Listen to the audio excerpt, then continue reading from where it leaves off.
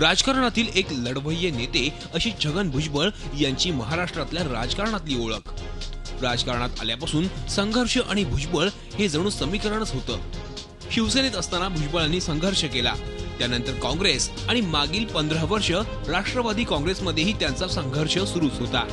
आता भुजबळांचा संघर्ष सुरू आहे तो स्वतःला निर्दोष सिद्ध करण्याचा। ईडीने 10 तास चौकशी करून भुजबळांना अटक केल्यानंतर ईडी समोर आपलं निर्दोषत्व सिद्ध करण्यात भुजबळ अपयशी ठरले। छगन भुजबळ नावाची ओळख महाराष्ट्राला झाली ती भुजबळ शिवसेनेत असताना।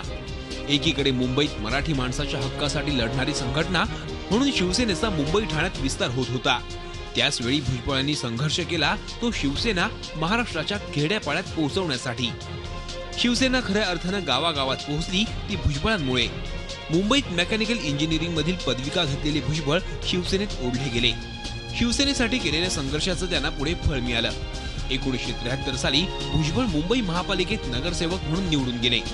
नगरसेवकापासून राजकारणात त्यांचा सुरू झालेला प्रवास त्यांना पुढे उपमुख्यमंत्री पदापर्यंत घेऊन गेला। 1973 ते 84 ते महापालिकेत विरोधी पक्ष नेता बनले, तर 1985 मध्ये महापौर झाले। 1991 मध्ये ते दुसऱ्यांदा मुंबईचे महापौर झाले। राजकारणाबरोबरच मुंबईतील नायर हॉस्पिटल, प्रिन्स आगा खान हॉस्पिटल, VJTI अशा संस्थांवर ट्रस्टी म्हणून त्यांनी काम केलं आणि वांद्रे इथं मुंबई एज्युकेशनल ट्रस्ट या शैक्षणिक संस्थेची स्थापना केली। पुढे या ट्रस्टमध्येही वाद निर्माण झाले आणि ट्रस्टमध्ये घोटाळे झाल्याचे आरोपही भुजबळांवर झाले। शिवसेना वाढवण्यासाठी भुजबळांनी संघर्ष केला, प्रसंगी लाठ्या काठ्या अंगावर झेलल्या। मात्र 1991 साली त्या शिवसेनेला सोडण्याची वेळ भुजबळांवर आली। मंडल आयोगावरून 1991 मध्ये त्यांचे शिवसेना प्रमुख बाळासाहेब ठाकरे यांच्याशी टोकाचे मतभेद झाले आणि त्यांनी सेनेला जय महाराष्ट्र केला। शिवसेना सोडल्यानंतर ते शरद पवारांमुळेच काँग्रेसमध्ये आले। 1985 आणि 1990 अशा 2 वेळा मुंबईतील माझगाव मधून भुजबळ विधानसभेवर निवडून आले। नोव्हेंबर 1991 ते 1995 या काळात ते महसूल, गृहनिर्माण आणि झोपडपट्टी सुधारणा या खात्याचे मंत्री होते। 1995च्या निवडणुकीत पराभव झाल्यानंतर ते एप्रिल 1996 मध्ये विधान परिषदेवर निवडून गेले आणि शिवसेना भाजप युतीचे सरकार असताना विधान परिषदेत विरोधी पक्ष नेते झाले। 1999 साली शरद पवारांनी काँग्रेस सोडून राष्ट्रवादी पक्षाची स्थापना केली, तेव्हा भुजबळ त्यांच्यासोबत राष्ट्रवादीत गेले। एव्हाना छगन भुजबळ म्हणजे राज्याच्या राजकारणातील एक लढवय्या नेता अशी त्यांची ओळख झाली होती। शिवसेना खेड्यापाड्यात पोहोचवण्यात त्यांचा अनुभव होताच, याच अनुभवावर राष्ट्रवादी काँग्रेसच्या पहिल्या प्रदेशाध्यक्ष पदाची जबाबदारी शरद पवारांनी भुजबळांच्या खांद्यावर दिली। भुजबळांनीही ती जबाबदारी पार पाडली आणि 1999 साली राष्ट्रवादी काँग्रेसनं काँग्रेस बरोबर सत्ता स्थापन केली आणि भुजबळांना त्यांचं फळ मिळालं। भुजबळ आघाडी सरकारचे पहिले उपमुख्यमंत्री झाले। 1999 ते 2004 या 15 वर्षाच्या काळात भुजबळ सत्ताकारणीत होते।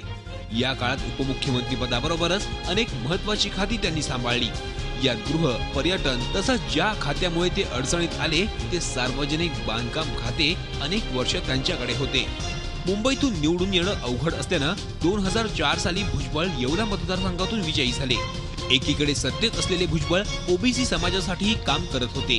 त्यासाठी त्यांनी मुंबईत 1 नोव्हेंबर 1992 साली महात्मा फुले समता परिषदेची स्थापना केली। समता परिषदेद्वारे देशभरातील ओबीसींना एकत्र करण्याचा प्रयत्न भुजबळांनी केला। त्यासाठी पाटणा, दिल्ली या ठिकाणी त्यांनी भव्य मेळावेही घेतले।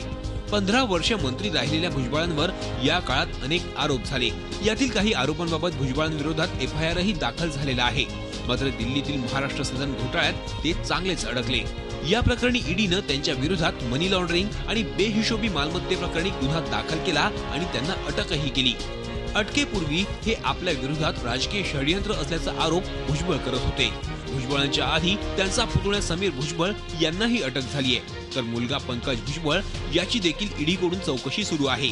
त्यामुळे संपूर्ण भुजबळ कुटुंबीयच या प्रकरणात गोवलं गेलंय। भुजबळ यांना यापूर्वी बेळगाव सीमा लढ्यात अटक झाली होती, पण ती अटक होती राज्याच्या हितासाठी दिलेल्या लढाईसाठी आणि आता भुजबळांना दुसऱ्यांदा अटक झालीये ती घोटाळ्यासाठी। या सगळ्यामुळे राज्याच्या राजकारणात बलशाली नेता अशी ओळख असलेल्या भुजबळांची राजकीय कारकीर्दच धोक्यात आली आहे। दीपक भातुसे, झी मीडिया, मुंबई। झी 24 तास रहा एक पाऊल पुढे।